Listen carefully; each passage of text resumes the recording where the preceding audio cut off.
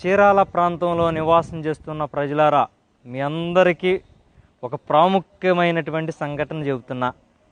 ఈ లైవ్ మరి చీరాలే కాదు, అన్ని జిల్లాల ప్రజలకు కూడా చెబుతున్నా. ముఖ్యంగా చీరాల వేటపాలెం మండలంలో వేటపాలెంలో బాయిలర్ కోళ్ళు, అంటే ఇప్పుడు చికెన్ అమ్ముతాం కదా, అన్ని చోట్ల చికెన్ అమ్ముతారు కదా, ఆ కోడులు రక్తం గక్కి చచ్చిపోతున్నాయి. కోడి కలర్గాడు మారిపోతుంది.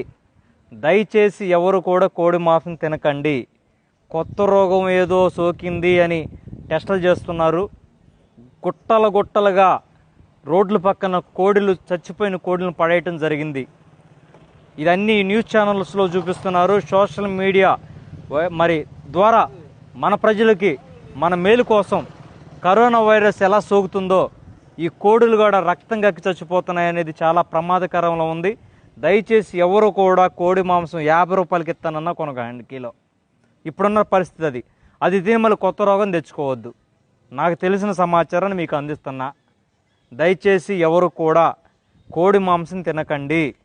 కోళ్ళు కోళ్ళ ఫారంలో రక్తం గక్కి చచ్చిపోతున్నాయి. 5 నిమిషాలు కోడి కలర్గాడు మారిపోతుంది అనే విషయం తెలియజేస్తూ, చాలా ప్రమాదంలో ఉన్నాం. ఇది ఒక రోగం. దయచేసి దీన్ని అందరూ కూడా ఖండించండి, దీన్ని అందరూ షేర్ చేయండి.